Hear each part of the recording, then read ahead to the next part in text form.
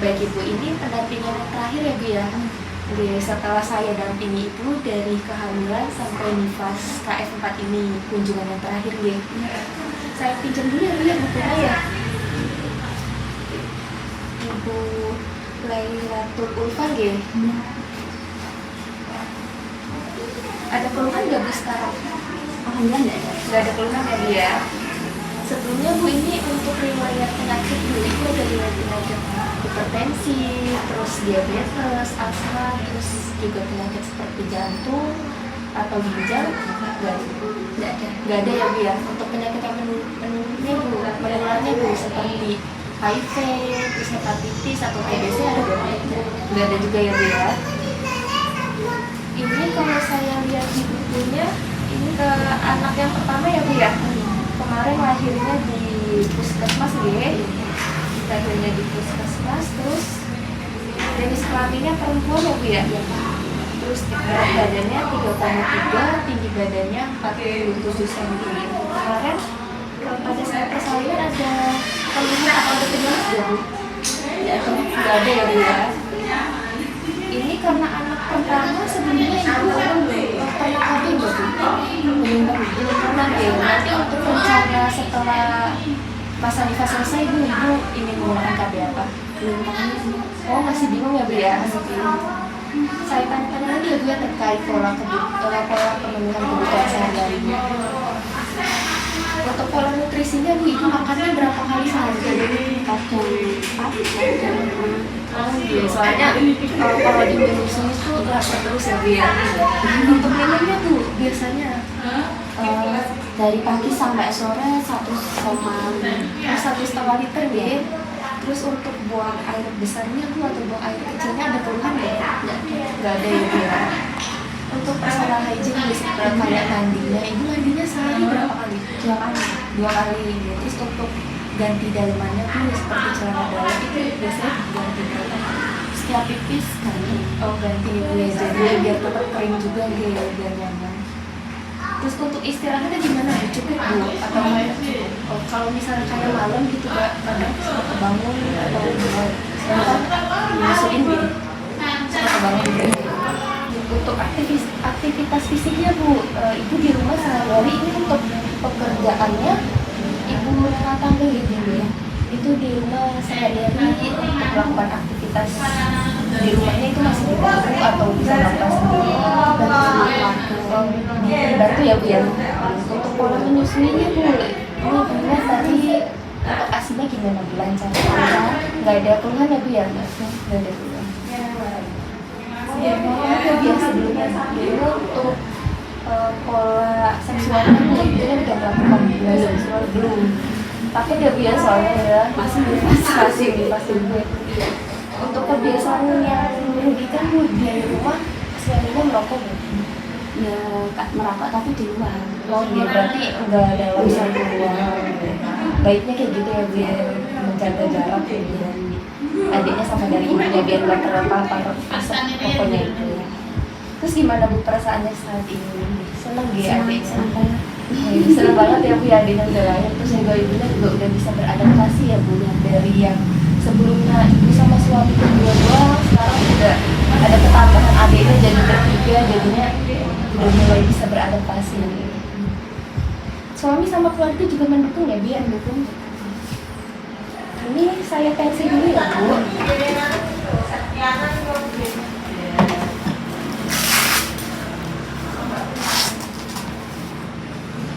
Ini sih ya Bu.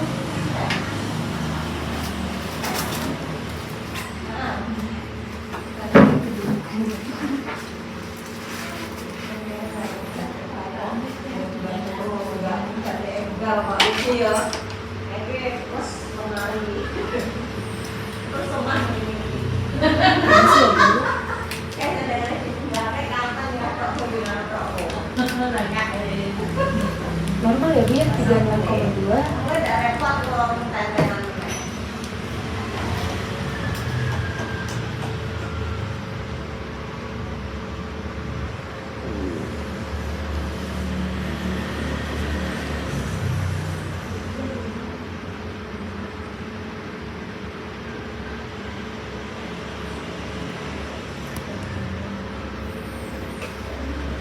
Tensinya juga normal ya Bu ya, 120/80. Diukur berat badannya dulu Bu.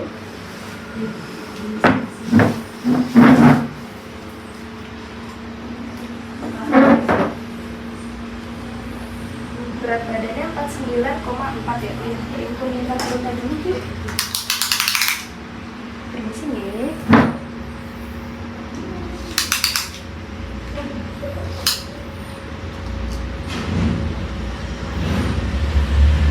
80 ya.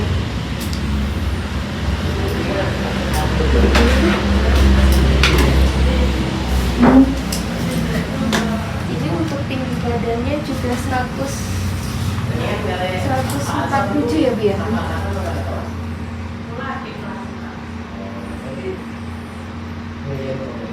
Waktu tuh habis ini saya periksa ya Bu ya, dari ujung kepala nyampe kaki. Waktu tuh bisa tiduran di bed nih.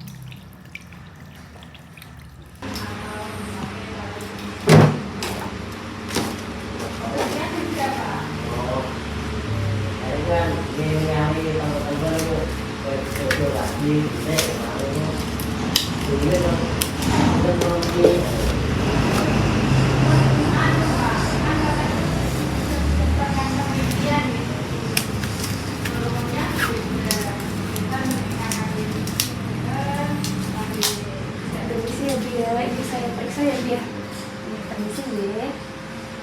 Kepala simetris, tidak ada pembengkakan. Ibunya bisa makanya ke atas ya dia. Untuk konjungtivanya merah muda, hidungnya bersih, tidak ada serumen berlebih. Ibunya bisa banget Bu. Untuk mulutnya juga bersih ya Bu ya. Terus tidak ada gigi berubah. Permisi ya Bu ya, saya periksa telinganya dulu. Telinganya juga bersih ya Bu, tidak ada serumen yang berlebih. Permisi ya Bu. Untuk telinganya juga bersih ya Bu ya, tidak ada serumen yang berlebih. Permisi ya Bu, saya periksa daerah lehernya dulu. Ini bisa pelan Bu. Tidak leher, tidak ada pembengkakan pada kelenjar tiroid. Ibu ini permisi ya Bu, ini saya periksa dulu daerah payudaranya, daerah dadanya. Bisa dibuka ya Bu ya, permisi ya.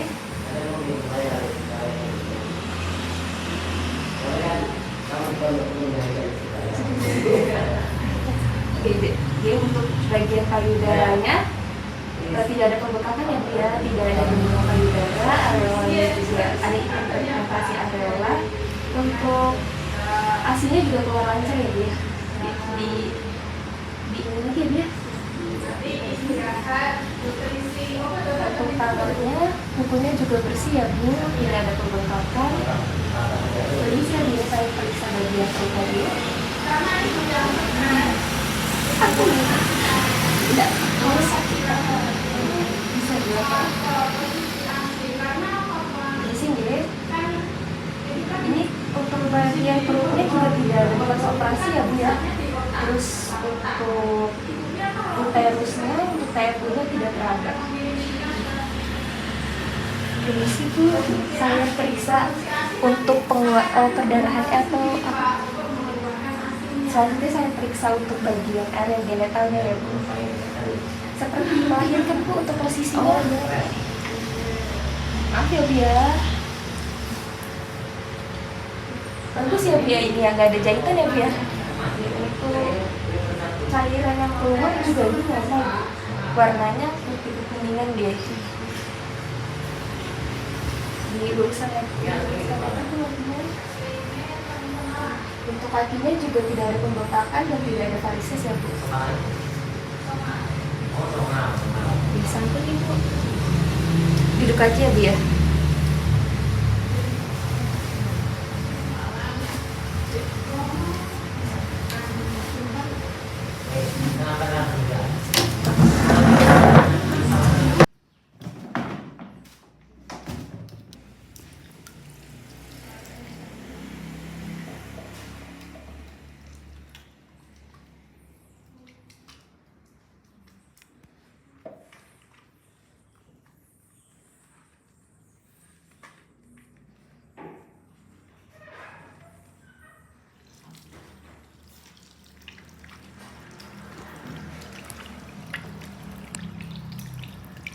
Jadi berdasarkan hasil pemeriksaan tadi yang sudah kita lakukan itu untuk semuanya masih dalam batas normal ya Bu ya.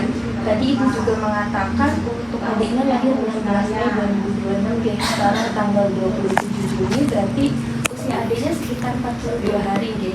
Terus ini tadi saya pas melakukan pemeriksaan pada bagian payudara juga itu normal ya Bu ya, nggak ada lecet. Terus di bagian perutnya Bu, di bagian uterusnya juga tadi untuk saya periksa juga untuk uterusnya udah kembali seperti semula Bu, sebelum ada ngecil gitu ya. Terus tadi untuk bagian genitalnya Bu, genitalianya juga untuk pemeriksaannya juga bagus ya Bu ya, tidak ada robekan. Terus juga untuk cairan yang keluar juga sesuai dengan rasa-rasanya. Tadi Ibu juga bingung ya Bu ya, bingung terkait alat kontrasepsi apa ya setelah persalinan ini ya.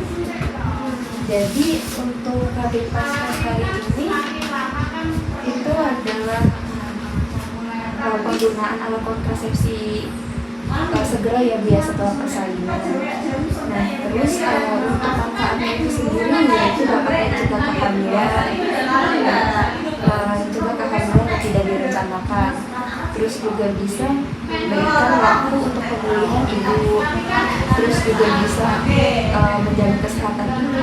Terus juga dapat mendukung pemberian ASI eksklusif dan juga menjaga jarak kehamilan minimal 2 tahun. Nah terus jenisnya apa aja ya? Ya ini Bu, untuk jenisnya itu ada banyak ya Bu. Terus ini kan ibunya masih ASI eksklusif ya Bu. Adiknya juga masih ibunya. Jadi ada juga Bu yang namanya MAL atau metode amenorrhea laktasi. Jadi kalau misalnya ibu masih menyusui, terus adiknya juga masih mini susunya ibu, itu juga bisa menjadi KB alami. Terus ada juga kondom Bu. Terus ada juga pil progestin. Terus ada suntik 3 bulan, ada implan, ada IUD, terus ada juga MOW. Nah dari masing-masing alat kontrasepsi ini juga memiliki kelebihan sama kekurangannya masing-masing.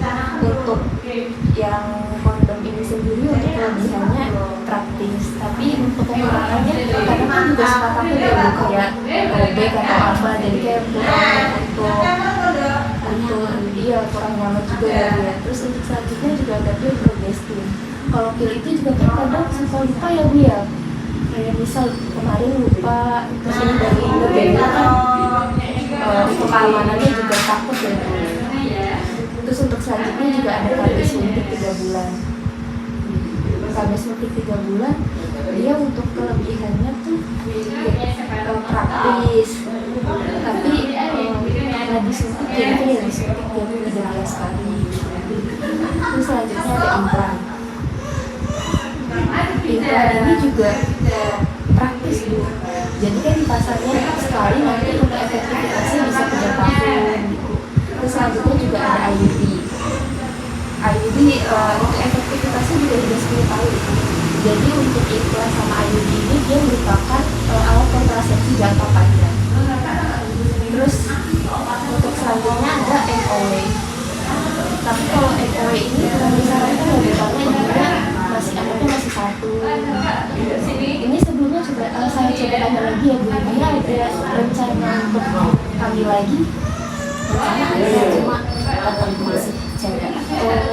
Masih perlu itu ya Bu ya, jaraknya ya. Kalau itu Kalau jarak saya rekomendasiin ibunya menggunakan KB implan atau IUD. Tapi kalau misalnya implan itu sendiri dia tidak mengganggu produksi ASI. Oke, jadi implan ini juga direkomendasikan untuk ibu yang menyusui. Oke, aman Bu. Nanti kalau misalnya ibu udah bisa menentukan ibunya mau KB apa, bisa ke fasilitas kesehatan ya, bisa ke puskesmas atau ke klinik.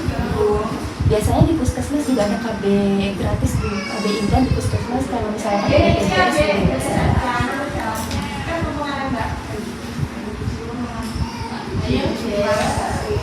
Ini saya ingatkan kembali ya Bu ya, untuk terus memberikan ASI eksklusif ke adiknya selama 6 bulan tanpa menambahkan makanan atau minuman. Terus ibunya juga jangan lupa untuk mengkonsumsi gizi yang seimbang, terus juga jangan lupa untuk memperbanyak minum air putih untuk agar produksi ASINya juga lancar. Gimana Bu, ada yang ditanyakan?